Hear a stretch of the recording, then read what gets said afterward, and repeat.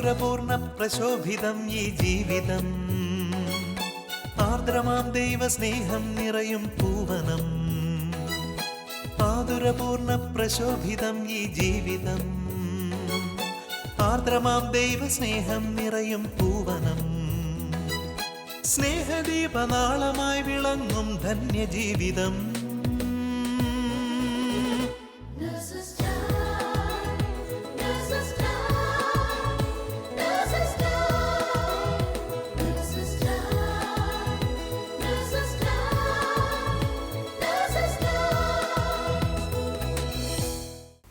ഈശോ മിശിഹായ്ക്ക് സ്തുതിയായിരിക്കട്ടെ. ആകാശത്തോളം ഉയർന്ന കാരുണ്യം നമ്മോട് കാണിക്കുന്ന നല്ല ദൈവത്തിന് നന്ദി പറഞ്ഞുകൊണ്ട് ഇന്നത്തെ നേസസ് ടൈമിലേക്ക് ഏവരെയും സ്വാഗതം ചെയ്യുന്നു. എത്ര കേട്ടാലും മതിവരാത്ത ഒരു ദൈവവചനമാണ് ജെറമ്യ പ്രവാചകൻ്റെ പുസ്തകം 29-ാം അധ്യായം 11-ാം വാക്യം. കർത്താവ് അരുളി ചെയ്യുന്നു, നിങ്ങളെക്കുറിച്ചുള്ള ഒരു പദ്ധതി എൻ്റെ മനസ്സിലുണ്ട്, അത് നിങ്ങളുടെ നാശത്തിനുള്ളതല്ല, ക്ഷേമത്തിനുള്ള പദ്ധതിയാണ്. ഇന്ന് ദുബായിൽ നിന്നുള്ള നേഴ്സുമാരുടെ കുടുംബങ്ങൾ തങ്ങളെ വഴി നടത്തിയ ദൈവപരിപാലനയെക്കുറിച്ച് വിവരിക്കുമ്പോൾ നമുക്കും അവരോടൊപ്പം ചേർന്ന് ദൈവത്തെ മഹത്വപ്പെടുത്താം. വിശുദ്ധ യാക്കോബ്സ്ലേയുടെ ലേഖനം 4-ാം അധ്യായം 8-ാം വാക്യത്തിൽ പ്രകാരം പറയുന്നു, ദൈവത്തോട് ചേർന്ന് നിൽക്കുവിൻ, അവിടുന്ന് നിങ്ങളോടും ചേർന്ന് നിൽക്കും. ഞങ്ങളുടെ ജീവിതത്തിൽ ഞങ്ങൾ ദൈവത്തോട് ചേർന്ന് നിന്നപ്പോൾ, കുടുംബമായിട്ട് ചേർന്ന് നിന്നപ്പോൾ, ദൈവം ഞങ്ങളുടെ ജീവിതത്തിലും ചേർന്ന് നിന്ന അനുഭവങ്ങളാണ് ഞങ്ങൾ നിങ്ങളുമായിട്ട് പങ്കുവയ്ക്കുന്നത്. എൻ്റെ പേര് എൽദോ, അതെൻ്റെ ജീവിത പങ്കാളി ആഷ്നി. ഞങ്ങൾ രണ്ടുപേരും ദുബായിൽ നേഴ്സായിട്ട് വർക്ക് ചെയ്യുന്നു. ഞങ്ങൾ ദുബായിൽ തന്നെയാണ് താമസിക്കുന്നത്. ഞാൻ ബിനോയ്, ഇതെൻ്റെ ജീവിത പങ്കാളി ജോമി. ഞങ്ങൾക്കൊരു മോനുണ്ട്, മോൻ്റെ പേര് പയസ്. ഞങ്ങൾ രണ്ടുപേരും നേഴ്സുമാരാണ്. ദുബായിൽ ഫാമിലിയായിട്ട് താമസിക്കുന്നു. നാട്ടിൽ കാസർഗോഡാണ് വീട്. എൽദോ ഓർക്കുന്നുണ്ട്, നമ്മൾ 2013 ഒന്നിച്ച് ദുബായിൽ ഒരു ദിവസമാണ് വന്നത്. എന്നിട്ട് നമ്മൾ ഒരേ റൂമിൽ താമസിക്കുകയായിരുന്നു. അപ്പോൾ അന്ന് മുതൽ ഇന്ന് വരെ ദൈവം ഒരുപാട് നമ്മളെ വഴി നടത്തി. നമ്മുടെ ജീവിതത്തിൽ ഒത്തിരി അനുഗ്രഹങ്ങൾ നൽകി. ദൈവത്തിൻ്റെ ഒരു സംരക്ഷണം നമ്മൾ അനുഭവിച്ചു. എൽദോയ്ക്ക് അതൊന്ന് പറയാൻ പറ്റുമോ, നമ്മുടെ ജീവിതത്തിൽ അന്ന് തൊട്ട് ഇന്ന് വരെ ദൈവം എങ്ങനെയാണ് വഴി നടത്തിയതെന്ന്? തീർച്ചയായിട്ടും. കാരണം എന്താണെന്ന് വെച്ച് കഴിഞ്ഞാൽ നമ്മുടെ ജീവിതത്തിൽ നമ്മളത് ആദ്യമായിട്ടാണ് ദുബായിലേക്ക് വരുന്നത്. അപ്പോൾ ഇവിടെ വരുമ്പോൾ എൻ്റെ ഒരു ബന്ധുക്കാരോ ആരും ഒന്നും ഇവിടെ ഇല്ലായിരുന്നു. പക്ഷേ ഇവിടെ വന്നപ്പോഴായാലും നമ്മുടെ കൂടെ വന്നവരുടെ ബന്ധുക്കാരൊക്കെ നമ്മളെ സഹായിക്കാനും നമുക്കൊരു വീടെടുത്ത് തരാനും, എന്തോ മുമ്പേ കൂട്ടി ആരെയോ കരുതി വെച്ചിരിക്കുന്നത് പോലെ തന്നെ ഇവിടെ വരാനും നമുക്ക് വേണ്ടിയിട്ട് അതെല്ലാം ചെയ്തു തരാനും നമുക്ക് റൂം എടുത്തു വരുന്ന വരെ ആളുണ്ടായിരുന്നു. നമുക്കാണെങ്കിലും ആദ്യം പള്ളിയിൽ പോകാനാണെങ്കിലും ഒരു സൗകര്യങ്ങളൊന്നും ഇല്ലായിരുന്നു. പിന്നെ ഈ പൈസയുടെ കാര്യം ഓർത്തിട്ട് കൺവേർഷൻ നടക്കുമ്പോൾ നമ്മൾ ഒത്തിരി പൈസ ആവുമെന്ന് പറഞ്ഞ് പള്ളിയിലൊക്കെ പോകാതിരിക്കുന്ന ഒരവസ്ഥ. അപ്പോൾ നമ്മളെ സഹായിക്കാനാണെങ്കിലും ഓരോ ചേച്ചിമാർ വണ്ടി കൊണ്ട് വന്നിട്ട് നമ്മളെ പള്ളിയിൽ കൊണ്ടുപോകും. ആ ചേച്ചിമാർ തന്നെയാണ് നമ്മളെ ഈ നഴ്സസ് മിനിസ്ട്രിയിലേക്ക് കൊണ്ടുവന്നത്. ആദ്യമൊക്കെ നമുക്ക് മടിയായിരുന്നു പോകാൻ വേണ്ടിയിട്ട്, ഞങ്ങൾ പോകാറില്ലായിരുന്നു, പോകാതെ മാറി നിൽക്കുമായിരുന്നു. പക്ഷേ ചേച്ചി ഞങ്ങളുടെ ഡ്യൂട്ടി നോക്കിയിട്ട്, ഞങ്ങളുടെ ഡ്യൂട്ടിലോട്ട് നോക്കിയിട്ട് പുള്ളിക്കാരത്തി പറയും, ഇങ്ങനെ നിങ്ങൾക്ക് ഇന്ന് ഓഫാണല്ലോ വരണം എന്ന് പറയും. അപ്പോൾ ഞങ്ങൾ എന്നാലും ഒഴിഞ്ഞു മാറും. പക്ഷേ എന്തായാലും ചേച്ചി ഞങ്ങളെ കൂട്ടിക്കൊണ്ട് പോകുമായിരുന്നു വണ്ടിയിൽ. അന്നൊക്കെ ആണെങ്കിൽ നമുക്ക് ഒത്തിരി സമയം ഉണ്ടായിരുന്നു, 12 hour ഡ്യൂട്ടിയൊക്കെ ആയിരുന്നു. അപ്പോൾ ആഴ്ചയിൽ 4 ദിവസം അവധി ഉണ്ടെങ്കിലും നമ്മളെങ്ങും പോകില്ല, എല്ലാവരും കൂടെ കൂടിയിരുന്ന് കളിക്കുമോ അങ്ങനെ എന്തെങ്കിലുമൊക്കെ ചെയ്തുകൊണ്ടിരിക്കുകയായിരുന്നു. പക്ഷേ ആ ചേച്ചി നമ്മളെ ഒത്തിരി നിർബന്ധിച്ച് കൊണ്ടുപോയത് കാരണം നമ്മൾ മിനിസ്ട്രിയിലേക്ക് കടന്നു വരാനും ഈശോയിലേക്ക് ഒത്തിരി സ്നേഹിക്കാനും ഈശോയെ പറ്റി ഒത്തിരി ആഴപ്പെടാനൊക്കെ നമുക്ക് സാധിച്ചു. അപ്പോൾ ഈ മിനിസ്ട്രിയിൽ വന്നതിന് ശേഷം ബിനോയുടെ ജീവിതത്തിൽ ഒരു മാറ്റം വന്നതിന് പറ്റിയോ, ബിനോയുടെ ജീവിതത്തിൽ ഒരു ദൈവാനുഭവം ഉണ്ടായതിനെ പറ്റി ബിനോയ് ഒന്ന് പറയാൻ പറ്റുമോ? എന്തോ ശരിക്കും ഞങ്ങളുടെ കല്യാണം കഴിഞ്ഞ സമയത്ത് ഞങ്ങൾ രണ്ടുപേരും ഇവിടെ സൗദിയിലായിരുന്നു, ഞാൻ ഇവിടെയായിരുന്നു.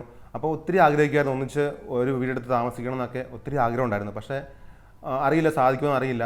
പിന്നെ എന്നോടൊരു ചേച്ചി പറഞ്ഞു, ഇങ്ങനെ മാതാവിൻ്റെ മുമ്പിൽ പോയി പ്രാർത്ഥിച്ചാൽ മതി, അപ്പോൾ മാതാവ് നിങ്ങളുടെ കാര്യം സാധിച്ചിരുന്നു പറഞ്ഞു. അപ്പോൾ ഞാൻ നമ്മുടെ ദുബായ് പള്ളിയിലെ മാതാവിൻ്റെ ഫ്രണ്ടിൽ മുട്ടുകുത്തി നിന്ന് കൊന്ത ചൊല്ലുമായിരുന്നു.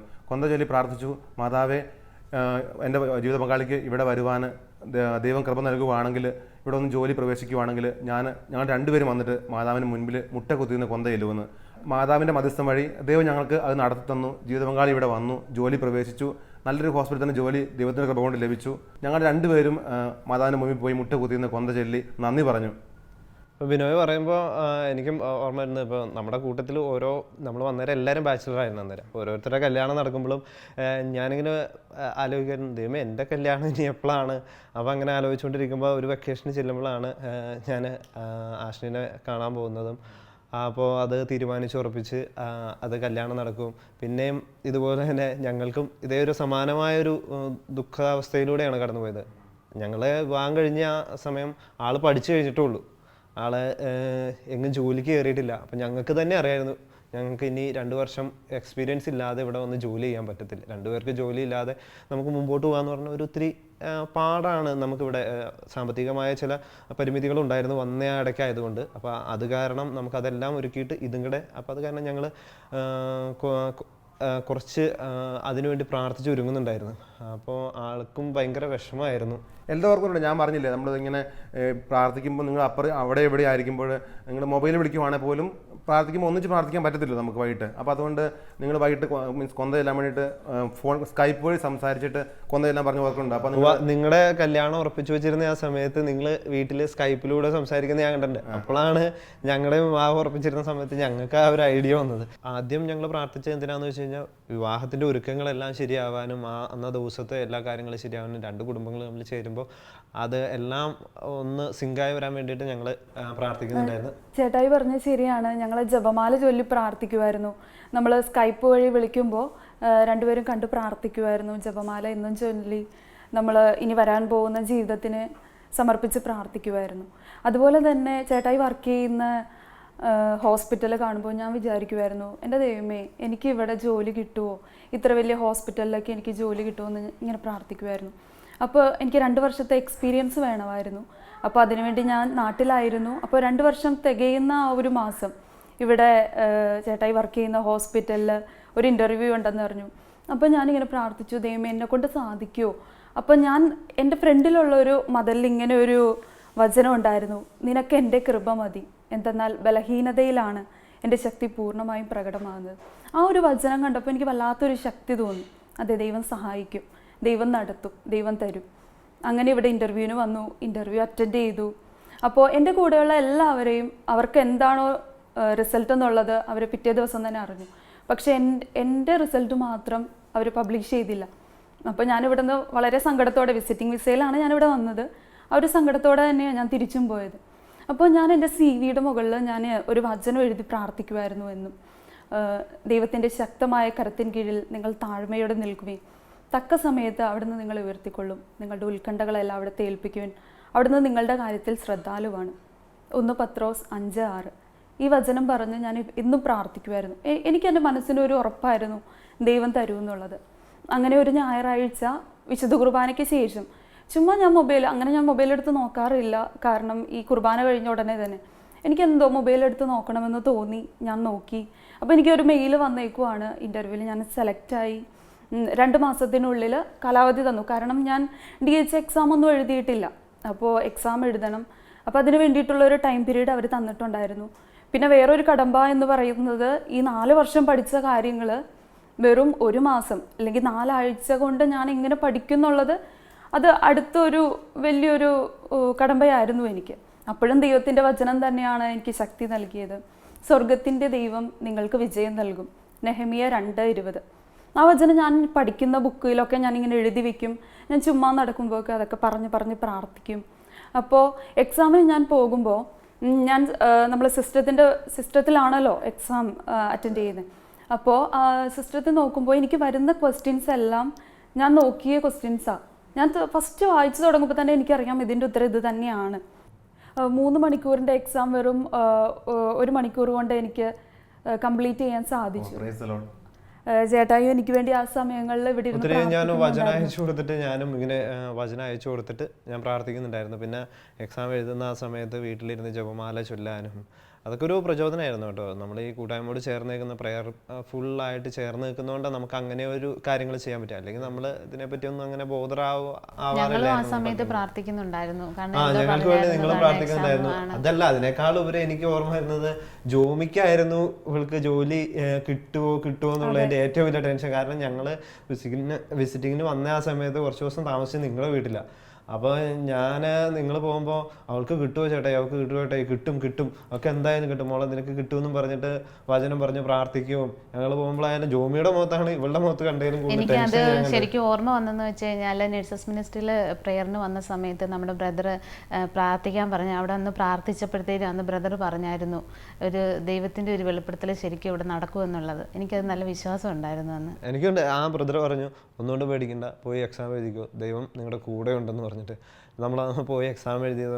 അതൊക്കെ എനിക്കൊരു ആ ഇൻ്റർവ്യൂവിന് ഇരിക്കുമ്പോൾ ഞാൻ പുറത്തിരിക്കുമായിരുന്നു. അപ്പോൾ എൻ്റെ കൂടെ ഇരിക്കുന്ന ബാക്കി 2 പേരും അവർ ഏത് മതസ്ഥരാണെന്ന് എനിക്കറിയില്ല. പക്ഷേ ഞാൻ ഈ ജപമാല ഇങ്ങനെ ചെല്ലുമ്പോൾ അവരെന്നെ ഇങ്ങനെ ഇടയ്ക്കിടയ്ക്ക് ഇങ്ങനെ നോക്കുന്നുണ്ടായിരുന്നു. പക്ഷേ എനിക്കവിടെ ഇരിക്കുമ്പോൾ അങ്ങനെ ഓപ്പണായിട്ടിരുന്ന് ചൊല്ലാനൊന്നും ഒരു ചമ്മലൊന്നും ഉണ്ടായില്ല. ഞാൻ ഇൻ്റർവ്യൂവിന് ആളെ കയറ്റി വിട്ടിട്ട് നമ്മളകത്തോട്ട് കടത്തി വിട്ടില്ലേ, നമ്മൾ പുറത്തിരിക്കുക. അപ്പോൾ അതിങ്ങനെ വേഗത്തിൽ ചൊല്ലി പ്രാർത്ഥിക്കും. അപ്പോൾ അടുത്തിരുന്ന ആൾ തന്നെ നമ്മളോട് പറയാം, എൻ്റെ വൈഫും പോയിട്ടുണ്ട്, ആൾക്കും വേണ്ടിയിട്ട് ഒന്ന് പ്രാർത്ഥിക്കണമെന്ന് പറഞ്ഞു. അപ്പോൾ ഞാൻ അതും കൂടെ പറഞ്ഞു, ഒന്ന് ആളുടെ പേര് എനിക്കറിയില്ല. അപ്പോൾ ഞാൻ പറഞ്ഞു എന്നാൽ ആൾക്കും കിട്ടട്ടെ എന്ന് പറഞ്ഞു. ആൾക്ക് അതിന് ആ ഇൻ്റർവ്യൂ കഴിഞ്ഞതിൻ്റെ അടുത്ത ദിവസം തന്നെ ആളുടെ റിസൾട്ട് വന്നായിരുന്നു, ആൾക്ക് കിട്ടിയെന്ന് വന്നായിരുന്നു. അപ്പോഴാണ് ആൾ പറഞ്ഞ പോലെ ഞങ്ങൾക്കിടെ റിസൾട്ട് വന്നില്ല. അപ്പോൾ ഉള്ളിലൊരു വിഷമം ഉണ്ടായിരുന്നെങ്കിലും ഞാൻ ആ വിഷമം ആളോടധികം എക്സ്പ്രസ് ചെയ്യാൻ നിന്നില്ല, അവളോട് എക്സ്പ്രസ് ചെയ്യുന്നില്ല. ഞാൻ തന്നെ പ്രാർത്ഥിച്ച് അങ്ങോട്ട് മുമ്പോട്ട് പോയി. പിന്നെ നാട്ടിൽ പോയപ്പോൾ ഒരു ധ്യാനത്തിന് പോയായിരുന്നു. ആ ധ്യാനത്തിന് പോയപ്പോൾ അപ്പോൾ 10 ദിവസത്തെ ലീവിനാണ് നാട്ടിൽ പോയത്. അപ്പോൾ വീട്ടിൽ നിന്ന് അമ്മ പറഞ്ഞു, ഈ 10 ദിവസത്തെ ലീവിന് വരുമ്പോൾ 5 ദിവസം ധ്യാനം, 5 ദിവസത്തെ താമസിച്ചുള്ള ധ്യാനം, അത് പോകണമെന്ന് ചോദിച്ചു. ഞാൻ പറഞ്ഞു 10 ദിവസം ഉണ്ടെങ്കിൽ 5 ദിവസത്തെ ധ്യാനത്തിന് എന്തായാലും പോകണം. ഇതിനൊരു ശക്തിയുണ്ട് ജീവിതത്തിൽ. ദൈവാനുഗ്രഹങ്ങൾ ഒത്തിരി കിട്ടിയിട്ടുണ്ട്, അതിന് നന്ദി പറയാൻ നമ്മൾ എന്തായാലും പോകണമെന്ന് പറഞ്ഞിട്ട്. അപ്പം അമ്മ പറഞ്ഞു, മോൻ്റെ ആഗ്രഹം അങ്ങനെയാണെങ്കിൽ പോകാൻ പൊക്കോട്ടോ, അല്ല ഞങ്ങൾ കുറച്ച് ദിവസം അല്ലേ ഇവിടെ ഉള്ളൂ എന്ന് കരുതിയിട്ട് ചോദിച്ചത്. ഞാൻ അവിടെ ധ്യാനത്തിന് പോകും. ധ്യാനത്തിൽ അപ്പോൾ അച്ഛൻ പറയുന്നുണ്ടായിരുന്നു, ജോലി നൽകി അനുഗ്രഹിക്കുന്നുണ്ടെന്ന് പറഞ്ഞായിരുന്നു. ജോലി നൽകി അനുഗ്രഹിക്കുന്നുണ്ടെന്ന് പറഞ്ഞപ്പോൾ തന്നെ ഞാൻ ഉറപ്പിച്ചു, ആഷ്നിക്കാണ് ഈ ജോലി, ആഷ്നിക്കാണ്. പക്ഷെ നമുക്കൊരു അടയാളം കിട്ടുന്നത് വരെ നമ്മളത് പുറത്ത് പറയാതെ ഞാനത് ഉള്ളിൽ വെച്ച് പ്രാർത്ഥിച്ചു. അപ്പം ഞാൻ ഇവിടെ ആ ലീവ് കഴിഞ്ഞ് ആ ധ്യാനം കഴിഞ്ഞതിൻ്റെ പിറ്റേന്ന് രാവിലെയാണ് ഞാൻ തിരിച്ച് ഇങ്ങോട്ട് പോരുന്നത്. അതായത് ശനിയാഴ്ച ഞാൻ വീട്ടിലെത്തി, ശനിയാഴ്ച വൈകുന്നേരം, വെള്ളിയാഴ്ച വീട്ടിലെത്തി, ശനിയാഴ്ച ഞാൻ തിരിച്ച് ദുബായിലേക്ക് തിരിച്ചു വന്നു. ശനിയാഴ്ച കഴിഞ്ഞ് ഞായറാഴ്ചയാണ് ഇവിടെ പ്രവൃത്തി ദിവസം. ഞായറാഴ്ച രാവിലെ ഞാൻ വന്നപ്പോൾ ആൾ എന്നെ പള്ളി കഴിഞ്ഞ് വന്നിട്ട് ഫോൺ വിളിച്ചിട്ട് പറയുന്നു, ചേട്ടാ ഇങ്ങനെ ഒരു മെയിൽ വന്നിട്ടുണ്ട്, അതൊന്ന് ചെക്ക് ചെയ്യാമെന്ന്. ഞാനപ്പോൾ ആളുടെ മെയിൽ പെട്ടെന്ന് ഓപ്പൺ ചെയ്ത് ചെക്ക് ചെയ്തപ്പോൾ അവർ അയച്ചേക്കുന്ന still you are interested in this job എന്നാണ്. അപ്പോൾ ഞങ്ങൾ എന്ത് ചെയ്യുമെന്നറിയില്ല. പെട്ടെന്ന് അവരെ വിളിക്കും. അതൊരു ഭയങ്കര ഒരു ഇമോഷണൽ അവസ്ഥയായിരുന്നു നമുക്ക്. അപ്പം തന്നെ ഞാൻ ഇപ്പോൾ സ്റ്റോറിലാണ് വർക്ക് ചെയ്തിരുന്നത്. ഞാൻ അപ്പം തന്നെ സ്റ്റോറിൻ്റെ കഥ കടച്ചിട്ട്, നമ്മൾ പബ്ലിക്കായ ഒരു പ്ലേസാണ്, അപ്പം തന്നെ ഞാൻ ദൈവത്തെ സ്തുതിച്ചു. അപ്പോൾ എനിക്ക് എൻ്റെ ആ ഒരു വികാരം എന്ന് പറയുന്നത് എനിക്കങ്ങ് അടക്കാൻ പറ്റില്ലായിരുന്നു. ഭയങ്കര ഒരു സന്തോഷം. അപ്പോൾ ഞാൻ അങ്ങ് നന്ദി പറഞ്ഞു. എവിടെയൊക്കെയാണോ ദൈവം സംരക്ഷിക്കുന്നതിന് ഓർത്താൻ നന്ദി പറഞ്ഞു. അത് ഇപ്പോൾ ഞാൻ ധ്യാനത്തിലായിരുന്ന അവസരത്തിൽ തന്നെയാണെങ്കിലും വീട്ടിൽ ദൈവത്തിൻ്റെ ഒരു വലിയ സംരക്ഷണം ഉണ്ടായിരുന്നു. അത് വലിയ അമ്മച്ചിക്ക് ഒരു അടയാളം കൊടുത്താണെന്നാണ് ഞാൻ വിശ്വസിക്കുന്നത്. അമ്മച്ചനോട് ചോദിച്ചായിരുന്നു, മോനെ ഇപ്പോൾ പോകണമെന്ന്. അമ്മയുടെ ഒരു വിഷമം കൊണ്ടോ, കാരണം ഞാൻ ഏകദേശം ഒരു 8 മാസത്തിന് ശേഷം ഞാനിപ്പോൾ എനിക്കൊരു സഹോദരൻ ഉണ്ടായിരുന്നു. സഹോദരൻ ഒരു ബൈക്ക് അപകടത്തിൽ ഞങ്ങളിൽ നിന്ന് വേർപെട്ട് പോയിട്ട് അധികം നാളായിട്ടില്ല. അപ്പോൾ അമ്മ അങ്ങനെ ഒരു ദുഃഖത്തിലേക്കാണ്. അപ്പോൾ ഒറ്റ മോനാണ് ഞാൻ. അപ്പോൾ ഞാൻ ചെല്ലുന്നതിൻ്റെ അകത്ത് ഒരു 10 ദിവസത്തിൽ ഒരു 5 ദിവസം ഉള്ളൂ വീട്ടിലുള്ളതെന്നുള്ള ആ ഒരു വിഷമമായിരുന്നു അമ്മച്ചിക്ക്. അപ്പോൾ ആ വിഷമത്തിലാണെങ്കിലും അവിടെയും ദൈവം അമ്മച്ചിക്ക് ഒരു വ്യക്തമായ അടയാളം, അമ്മച്ചിക്ക് എന്നല്ല ആ കുടുംബത്തിന് തന്നെ ഒരു അടയാളം. ഞാനവിടെ ധ്യാനത്തിലായിരിക്കുമ്പോൾ ദുഷ്ടശക്തികളുടെ ഭവനത്തിലുള്ള തിന്മയുടെ അരൂപികളും ദുഷ്ടശക്തികളും ഒക്കെ കർത്താവ് എടുത്തു മാറ്റുന്നു എന്ന് അച്ഛനിങ്ങനെ ആരാധനയുടെ സമയത്ത് ഇങ്ങനെ വ്യക്തമായിട്ട് ഇങ്ങനെ പറയുന്നുണ്ടായിരുന്നു. അപ്പോഴൊന്നും എനിക്കറിയില്ല. അപ്പം ഞാൻ വിചാരിക്കുന്നില്ല നമ്മുടെ വീട്ടിൽ അങ്ങനെ എന്തെങ്കിലും അപകടങ്ങളുണ്ടോ, ഒന്നും അറിയില്ല. പക്ഷെ ധ്യാനം കഴിഞ്ഞ് ഞാൻ വീട്ടിൽ വന്ന് കയറുമ്പോൾ തന്നെ അപ്പച്ചൻ പറയുന്ന ഉഗ്രവിഷമുള്ള 1-2 പാമ്പുകളെ വീട്ടിൻ്റെ അകത്ത് നിന്ന് തന്നെ കാണാനും പിന്നെ അതിനെ ഓടിച്ച് പുറത്തു വിടാനൊക്കെ പറ്റി. പക്ഷെ ആർക്കും ഒരു ആപത്തോ ഒന്നും സംഭവിക്കാതെ വീട്ടിലാണെങ്കിൽ കൊച്ചുകുട്ടിയുണ്ട്, അപ്പച്ചനുണ്ട്, അമ്മച്ചിയുണ്ട്, ജീവിത പങ്കാളി ആ സമയത്ത് വീട്ടിലുണ്ടായിരുന്നു. ആർക്കും ഒരു ആപത്തും കൂടാതെ കർത്താവ് സംരക്ഷിച്ച് കൊണ്ടുപോകുന്ന ഒരു അനുഭവമായിരുന്നു. അപ്പോൾ ബിനോയുടെ ജീവിതത്തിലാണെങ്കിലും ഒത്തിരി അനുഭവങ്ങളില്ലേ? ശരിക്കും എന്തോ പറഞ്ഞത് ശരിയാണ്. ദൈവത്തിൻ്റെ സംരക്ഷണം ഒത്തിരി നമ്മുടെ ജീവിതത്തിൽ ഉണ്ടാകുന്ന സാഹചര്യങ്ങളാണ് ഇതുപോലത്തെ അനുഭവങ്ങൾ ജീവിതത്തിൽ വരുമ്പോൾ. സങ്കീർത്തനം 90 പറയുന്നത് പോലെ, നീ കർത്താവിൽ ആശ്രയിച്ചു, അത്യുന്നതനും നീ വാസം ഉറപ്പിച്ചു, നിനക്കൊരു തിന്മയും ഭവിക്കുകയില്ല, ഒരനർത്ഥവും നിൻ്റെ കൂടാരത്തെ സമീപിക്കുകയില്ല. ഞങ്ങളൊരു ദിവസം ഡ്യൂട്ടി കഴിഞ്ഞ് വരുമ്പോൾ, വീട്ടിൽ 3 മണിക്ക് ഡ്യൂട്ടി കഴിഞ്ഞ് വന്നത്, മോർണിംഗ് ഡ്യൂട്ടി കഴിഞ്ഞിട്ട് വന്നപ്പോൾ ഒരു വീടിനകത്തൊരു കഥ തുറന്ന് കയറിയപ്പോൾ ഒരു മണം വന്നു. വീടിനകത്ത് ഒരു വേസ്റ്റ് മണം പോലെ തോന്നിയത്.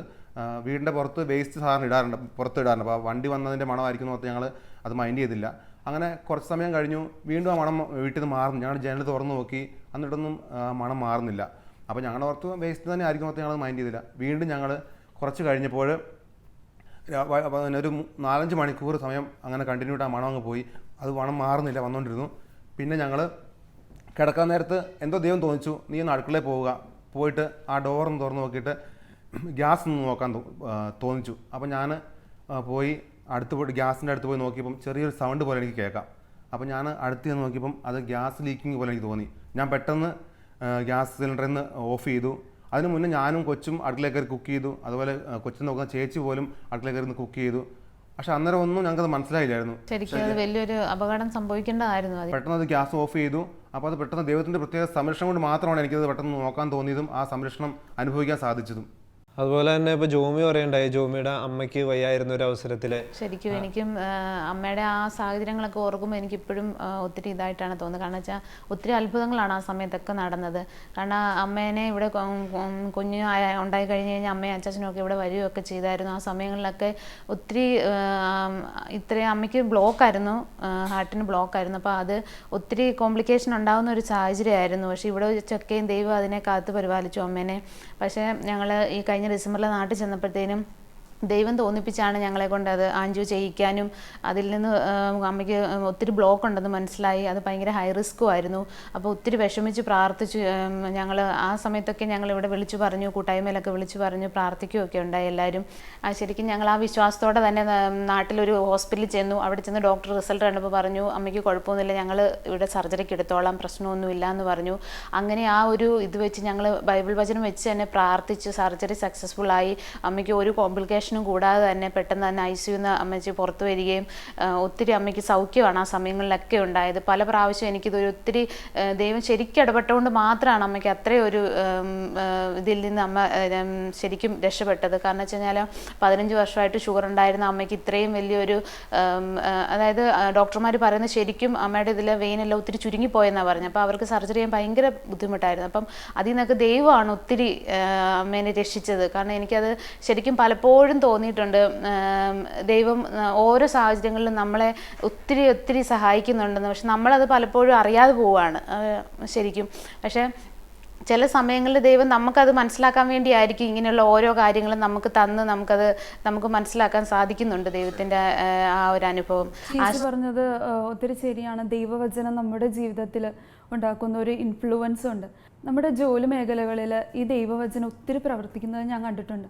ഇപ്പോൾ നമ്മൾ പ്രാർത്ഥനാ കൂട്ടായ്മയിലൊക്കെ പോകുമ്പോൾ അവിടെയുള്ള ചേച്ചിമാർ പറയുന്ന ഓരോ ടെസ്റ്റിമണീസും കേൾക്കാം. ദൈവവചനം കൊണ്ട് അവർ രോഗികളെ സുഖപ്പെടുത്തി എന്നുള്ളത് നമ്മൾ കേൾക്കുന്നുണ്ട്. അപ്പോൾ അതുപോലെ സത്യം പറഞ്ഞാൽ ഞാനൊരു ടെസ്റ്റ് ചെയ്യുന്നത് പോലെയാണ്. ഒരു കുഞ്ഞുണ്ടായിരുന്നു, രാത്രി മുഴുവനായിട്ട് ആ കൊച്ചിന് ടെമ്പറേച്ചറായിട്ട് അമ്മ ഒത്തിരി വിഷമിക്കുന്നത് ഞാൻ കണ്ടു. അപ്പോൾ അമ്മ പറഞ്ഞു ഞാൻ കുറച്ച് ദിവസമായി ഉറങ്ങിയിട്ട് എനിക്ക് പറ്റുന്നില്ല, കുഞ്ഞിനിങ്ങനെ ബുദ്ധിമുട്ടായത് കാരണം ഉറങ്ങാൻ പറ്റുന്നില്ല എന്ന് പറഞ്ഞു. അപ്പോൾ അവരെപ്പോഴോ ഉറങ്ങിപ്പോയി. അപ്പം ഞാൻ ആ കുഞ്ഞിൻ്റെ അടുത്ത് ദൈവവചനം പറഞ്ഞ് പ്രാർത്ഥിച്ചുകൊണ്ടിരുന്നു. ലൂക്ക എഴുതിയ സുവിശേഷം 18-ാം അധ്യായം 27-ാം വാക്യം, മനുഷ്യർക്ക് അസാധ്യമായത് ദൈവത്തിന് സാധ്യമാണ്. ഒത്തിരി മെഡിസിൻസ് കൊടുത്തിട്ടും അതിനെ റെസ്പോണ്ട് ചെയ്യുന്നില്ല കൊച്ച്. അപ്പോൾ ഈ വചനം ഇങ്ങനെ പറഞ്ഞ് ഞാൻ പ്രാർത്ഥിച്ചുകൊണ്ടിരുന്നു. കുഞ്ഞുറങ്ങിപ്പോയി, പനി വിട്ടുമാറി, അമ്മ ഉറങ്ങി. അപ്പോൾ രാവിലെ ആയപ്പോൾ ഈ അമ്മ എന്നെ അന്വേഷിച്ച് വന്നേക്കുക, ഞാൻ പോകുന്നതിന് മുമ്പ് വന്നേക്കുക. ഇത് കുറച്ച് ദിവസമായി ഞാൻ നന്നായിട്ടൊന്ന് ഉറങ്ങിയിട്ട്, ഇന്നലെ ഞാൻ നന്നായിട്ടൊന്ന് ഉറങ്ങി.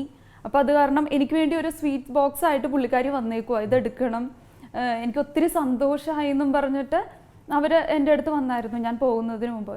അപ്പോൾ നമുക്കുണ്ടായൊരു ആ ദൈവത്തിൻ്റെ ഒരു വചനം പ്രവർത്തിച്ച ആ ഒരു അത്ഭുതം ശരിക്കും തീർച്ചയായിട്ടും അതൊരു വലിയൊരു അനുഭവമായിരുന്നു എനിക്ക്. കൂട്ടായ്മ വന്നതിന് ശേഷം നമുക്ക് അങ്ങനെ ഒത്തിരി നല്ല ഒരു പോസിറ്റീവായിട്ടുള്ള എനർജി നമുക്ക് കിട്ടുന്നു. നമ്മുടെ വ്യക്തി ജീവിതത്തിലാണെങ്കിൽ തന്നെ ഇപ്പോൾ എനിക്ക് ഒരു ദേഷ്യപ്പെടുന്ന ഒരു പ്രകൃതമാണ്.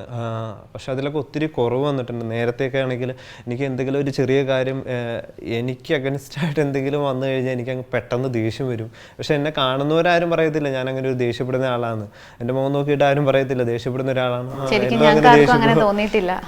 പക്ഷേ യഥാർത്ഥത്തിൽ കൂടെ താമസിക്കുന്നവർക്കാണ് അതിനെപ്പറ്റി ആഴമായിട്ട് അറിയുള്ളൂ. എനിക്കങ്ങ് പെട്ടെന്ന് കൺട്രോൾ ചെയ്യാൻ പറ്റത്തില്ല. ദേഷ്യപ്പെട്ട് ചിലപ്പോൾ എന്തെങ്കിലും എടുത്ത് എറിയും, അങ്ങനെയൊക്കെ ചെയ്യായിരുന്നു. പക്ഷെ അതിലൊക്കെ ഒത്തിരി മാറ്റം എൻ്റെ ജീവിതത്തിൽ സംഭവിച്ചിട്ടുണ്ട്. ഓരോ പ്രേയറുകൾക്ക് പോകുമ്പോഴും വചനം കേൾക്കുമ്പോഴും. അപ്പം ഞാൻ ഇതെന്തുകൊണ്ട് എൻ്റെ ജീവിതത്തിൽ ഇതിന് മാറ്റം വരുന്നത്? അപ്പം ഞാൻ ചിലപ്പോഴൊക്കെ പ്രാർത്ഥിക്കുമ്പോൾ ചോദിച്ചിട്ടുണ്ട്, ദൈവമേ ഇതാണോ എൻ്റെ ഉള്ളിലെ മുള്ള്, ഇതാണോ ഈ മുള്ളാണോ? അപ്പോൾ ബലഹീനതയിലാണ് കർത്താവിൻ്റെ ശക്തി പ്രകടമാകുന്നത്. അപ്പോൾ ഞാനിങ്ങനെ പ്രാർത്ഥിക്കാൻ പോകുമ്പോഴൊക്കെ ആണെങ്കിലും പലരും ഭാഷാപരത്തിൽ പ്രാർത്ഥിക്കുന്നു.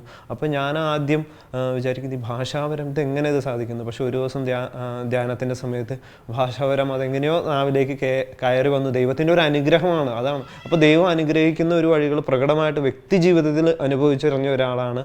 പിന്നെ നമ്മൾ ആരോടെങ്കിലും ഒന്ന് വഴക്കിട്ടാൽ, അപ്പോൾ ഡ്യൂട്ടിയുടെ ഇടയിൽ എന്തെങ്കിലും ഒരു പ്രശ്നത്തിൻ്റെ പുറത്ത് എന്തെങ്കിലും പ്രശ്നം ഇല്ലെങ്കിൽ തന്നെ നമ്മൾ എന്തെങ്കിലും ഒരു കാര്യത്തിന് ശബ്ദമുയർത്തി സംസാരിക്കുകയോ അല്ലെങ്കിൽ എന്തെങ്കിലും നെഗറ്റീവായിട്ട് പറയുകയോ ചെയ്ത് കഴിഞ്ഞാൽ പിന്നെ ഉള്ളിൽ അങ്ങ് പടപടപടാന്നിടിക്കും. അപ്പോൾ ആ ഒരു ആവേശത്തിന് പറഞ്ഞാലും പിന്നെ ഉള്ളിൽ കിടന്ന ആളോടൊരു ക്ഷമ ചോദിക്കുന്നത് വരെ ഉള്ളിൻ്റെ അകത്ത് ഒരു ഭയങ്കര ഒരു ഹൃദയമെടുപ്പ് കൂടും, ഭയങ്കര ഒരു അസ്വസ്ഥത. അപ്പോൾ ഞാനൊരു ദിവസം ഒരു ചേച്ചിയോട് ഇങ്ങനെ പിണങ്ങിയതിന് ശേഷം ഞാൻ തിരിച്ച് പോകുന്ന സമയത്ത് ഏകദേശം ഒരു 1.5 മണിക്കൂർ എടുത്തുള്ളൂ. ശേഷം ഓടി ചെന്നിട്ട് ഞാൻ പറഞ്ഞു, ചേച്ചി സോറി കേട്ടോ എന്ന് പറഞ്ഞപ്പോൾ ചേച്ചി അതെന്തിനാണ് അതൊക്കെ പറയണത്, ഞാനൊക്കെ അത് അപ്ലൈ ഇട്ടു. അപ്പോൾ ഞാൻ പറഞ്ഞു അതല്ല, പക്ഷേ നീ എന്താ ഇങ്ങനെയൊക്കെ പറയുന്നത് കൊച്ചുകുട്ടികളുടെ കൂട്ട്. അപ്പോൾ ഞാൻ പറഞ്ഞു എനിക്കറിയില്ല, എൻ്റെ ഉള്ളിൽ ഭയങ്കര ഒരു അസ്വസ്ഥത എനിക്ക് ഫീൽ ചെയ്യുന്നുണ്ട്. അതുകൊണ്ട് അത് പറഞ്ഞു കഴിഞ്ഞപ്പോൾ എനിക്ക് ഭയങ്കര സന്തോഷമായി. അതിനുശേഷം ആ ചേച്ചിയായിട്ട് ഇന്നേ വരെ ഞാൻ ഒരു കാര്യത്തിനും പണം വന്നിട്ടില്ല, ഒരു കാര്യത്തിനും വേണ്ടി വന്നിട്ടില്ല. അപ്പോൾ ദൈവം അവിടെ ഒരു കരുതി. പിന്നെ നമ്മളോട് ആരെങ്കിലും എനിക്കൊരു പെയിനാണ്, അപ്പോൾ നമ്മളോട് പ്രാർത്ഥന സഹായം ചോദിക്കുന്നുണ്ട്. 1-2 പേര് പ്രാർത്ഥന സഹായം എൻ്റെ ഒരു ആവശ്യത്തിന് ഇന്ന പോലെ പ്രാർത്ഥിക്കും. അപ്പോൾ നമുക്കൊരു ഇൻട്രസ്റ്റ് ആയി അവർക്ക് വേണ്ടിയിട്ട് പേരെഴുതി നമ്മൾ വെച്ചിട്ട് നമ്മുടെ വചനത്തിൻ്റെ സുവിശേഷം വായിക്കുന്നതിന് മുമ്പ് അതിൻ്റെ വചനത്തിൻ്റെ താഴെ വെച്ചിട്ട് നമ്മൾ അവർക്ക് വേണ്ടി പ്രാർത്ഥിക്കാനും. അപ്പോൾ ഞാൻ വന്നിട്ടാണെങ്കിലും വീട്ടിൽ പറയും നമുക്ക് ഇന്ന ആൾക്ക് വേണ്ടി പ്രാർത്ഥിക്കണം. ശരിയാണ് ചേട്ടായി, വീട്ടിൽ വന്നിട്ടായാലും ഇപ്പോൾ പ്രാർത്ഥനാ സഹായം വേണ്ട ആരെങ്കിലും ഉണ്ടെങ്കിൽ ഇപ്പം ഞങ്ങൾ ബൈബിളിൽ അവരുടെ പേര് എഴുതി വെക്കും. അതിന് സ്യൂട്ടായിട്ടുള്ള ഒരു വചനം നമുക്കുണ്ട്. അപ്പോൾ ആ വചനം എഴുതി വെച്ച് നമ്മൾ പ്രാർത്ഥിക്കാറുണ്ട്. ഇന്നും കൈകോർത്ത് പിടിച്ച് പ്രാർത്ഥിക്കാം. മക്കളില്ലാത്തവർക്ക് വേണ്ടിയിട്ടാണ് ഇന്ന് സങ്കീർത്തനം 127:3 ആ വചനം ഞങ്ങൾ സമർപ്പിച്ച് പ്രാർത്ഥിക്കാറുണ്ട്. കർത്താവിൻ്റെ ദാനമാണ് മക്കൾ, ഉദരഫലം ഒരു സമ്മാനം. അപ്പോൾ ഞങ്ങൾക്ക് ഇപ്പോൾ മക്കളില്ല, അപ്പോൾ ഞങ്ങളുടെ പേര് എഴുതി വെച്ചേക്കുന്നതിൻ്റെ കൂട്ടത്തിൽ ഞങ്ങൾക്ക് അറിയാവുന്ന കുറച്ച് പേരുടെ പേരും പിന്നെ ഞങ്ങൾ പ്രാർത്ഥിക്കാൻ നേരത്ത് ഒരു 10,000-10,000 പേർക്കും മക്കളില്ലാതെ എല്ലാ ദമ്പതിമാരെ അനുഗ്രഹിക്കണമെന്നും പറഞ്ഞ് ഞങ്ങൾ പ്രാർത്ഥിക്കും. എന്താ പറഞ്ഞത് ശരിയാണ്. നമ്മൾ പ്രാർത്ഥിക്കുമ്പോൾ മധ്യസ്ഥ പ്രാർത്ഥന ശരിക്കും ഒരു ഇമ്പോർട്ടൻ്റ് ആയിട്ട് കാര്യമാണ്. നമ്മുടെ കൂട്ടായ്മയിൽ അത് പ്രത്യേക ഒരു ദിവസം തന്നെ നമ്മൾ മധ്യസ്ഥ പ്രാർത്ഥനയ്ക്ക് വേണ്ടി വെച്ചിട്ടുണ്ട്. അപ്പോൾ ആ ദിവസം നമ്മൾ എല്ലാവർക്കും വേണ്ടി പ്രാർത്ഥിക്കും. എനിക്ക് ആ കൂട്ടായ്മ വന്നപ്പം ഒരു ദിവസം ഒരു ബോധ്യം കിട്ടുക. അതായത് ഒരു ടോക്കിൽ പറഞ്ഞായിരുന്നു, നമ്മൾ മധ്യസ്ഥം പ്രാർത്ഥിക്കുമ്പോൾ നമ്മൾ നേരത്തെ പ്രാർത്ഥിച്ചുകൊണ്ടിരുന്നത് എനിക്ക് വേണ്ടി അല്ലെ എൻ്റെ ജീവിത പങ്കാളിക്ക് വേണ്ടി, എൻ്റെ മക്കൾക്ക് വേണ്ടി മാത്രമേ ആ ഒരു സറൗണ്ടിങ് ആയിരുന്നു. അപ്പോൾ അവർ പറഞ്ഞത് ഇങ്ങനെയായിരുന്നു, നമ്മൾ അങ്ങനെ പ്രാർത്ഥിക്കുമ്പോൾ നമുക്ക് പാദത്തിനത്ര മാത്രമേ അനുഗ്രഹം അഭിഷേകം ദൈവം തരത്തുള്ളൂ. അപ്പം നമ്മൾ ഇപ്പം ഇവിടെ ഇപ്പം പ്രാർത്ഥിക്കുമ്പോൾ ദുബായിയുടെ കൂട്ടി പ്രാർത്ഥിക്കുക, ഇവിടെ ദുബായിലുള്ള നഴ്സുമാരെ കൂടി അനുഗ്രഹിക്കണം എന്ന് പറയുവാണെങ്കിൽ നമുക്ക് മുട്ടോളം അനുഗ്രഹം കിട്ടും. അപ്പോൾ പിന്നെ നമ്മുടെ UAE-യിലുള്ള നഴ്സുമാരെ മൊത്തം കൂട്ടി പ്രാർത്ഥിക്കുമ്പോൾ നമുക്ക് അരയോളം അഭിഷേകം കിട്ടും. അപ്പോൾ നമ്മൾ ആ സമയത്ത് ലോകം മുഴുവനുള്ള എല്ലാവർക്കും വേണ്ടി, എല്ലാ നഴ്സുമാർക്ക് വേണ്ടിയും ലോകം മുഴുവൻ എല്ലാ രോഗികൾക്ക് വേണ്ടി എല്ലാവരെയും ഇൻക്ലൂഡ് ചെയ്ത് നമ്മുടെ മധ്യസ്ഥ പ്രാർത്ഥനയിൽ പ്രാർത്ഥിക്കുമ്പോൾ നമുക്ക് കഴുത്തോളം അഭിഷേകമാണ് ദൈവം തരുന്നത്. അപ്പോൾ നമ്മുടെ മധ്യസ്ഥ പ്രാർത്ഥന നമ്മുടെ ജീവിതത്തിൽ ഇമ്പോർട്ടൻ്റ് ആയിട്ടുള്ള കാര്യമാണ്. ആ ബോധ്യം എനിക്ക് കിട്ടുന്നത് ശരിക്കും ഈ കൂട്ടായ്മ വന്നേ പിന്നെയാണ്.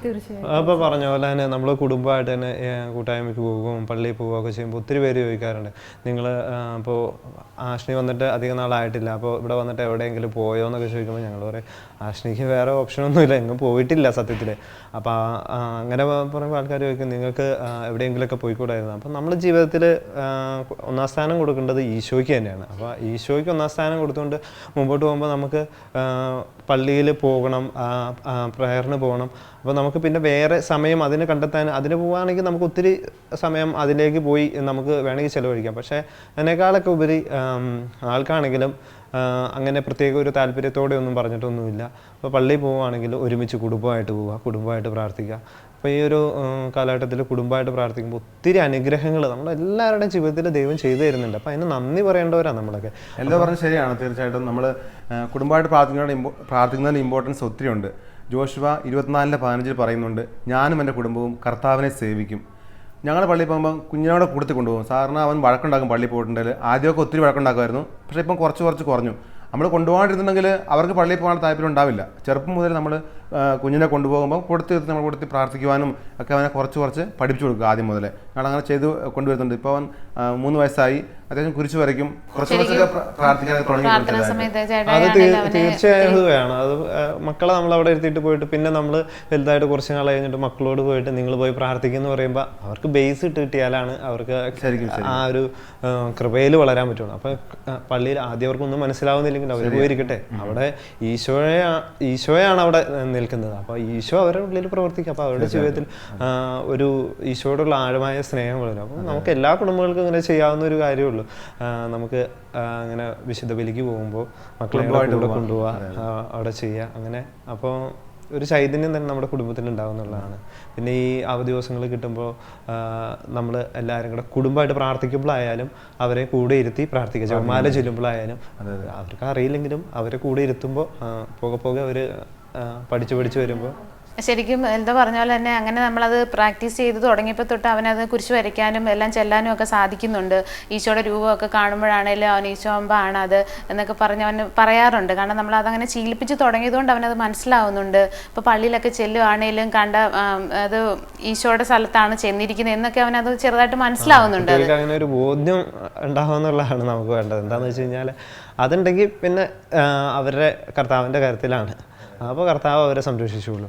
അപ്പം നമുക്ക് വിശുദ്ധിയുള്ള ഒരു കുടുംബത്തിലേക്കാണ് നമ്മളെല്ലാവരും ആഗ്രഹിക്കുന്നത്. കുടുംബജീവിതത്തിൻ്റെ വിശുദ്ധി, കുടുംബം ഒട്ടാകെയുള്ളൊരു വിശുദ്ധി, ആ വിശുദ്ധിയിലേക്കാണ് നമ്മൾ ദൈവം വിളിച്ചിരിക്കുന്നത്. അപ്പോൾ ആ വിശുദ്ധിയിലേക്ക് നമ്മൾ വളരണം എന്നുണ്ടെങ്കിൽ ഞാനും എൻ്റെ കുടുംബവും ഞങ്ങൾ യഹോവയിൽ ആശ്രയിക്കുന്നു എന്നുള്ള ആ വചനം, ആ കുടുംബം എന്നുള്ളത് നമ്മൾ മാത്രമല്ല, നമ്മുടെ കുട്ടികളും നമ്മുടെ മാതാപിതാക്കളും എല്ലാവരും അടങ്ങുന്നതാണ് നമ്മുടെ കുടുംബം. അപ്പോൾ സന്തോഷം, ആ സന്തോഷം ക്രിസ്തുവിനോടുള്ള സ്നേഹത്തിലുള്ള സന്തോഷമായിട്ട് വളരാൻ വേണ്ടിയിട്ട് നമുക്കെല്ലാവർക്കും സാധിക്കും, കുടുംബ പ്രാർത്ഥനയിലൂടെയും ഈ കുടുംബമായിട്ട് പ്രയറിന് പോകുന്നതിലൂടെയൊക്കെ. അപ്പോൾ നമുക്ക് ഇന്ന് നമ്മൾ കുടുംബമായിട്ട് ഇവിടെ ആയിരിക്കുമ്പോൾ നമുക്ക് ദൈവം തന്ന ഏറ്റവും വലിയ ഒരു അനുഗ്രഹമാണ് ഈ പരിശുദ്ധ കുർബാന. അപ്പോൾ ആ കുർബാന നമ്മുടെ ജീവിതത്തിൻ്റെ ഒരു വലിയൊരു അനുഗ്രഹം തന്നെയാണ്.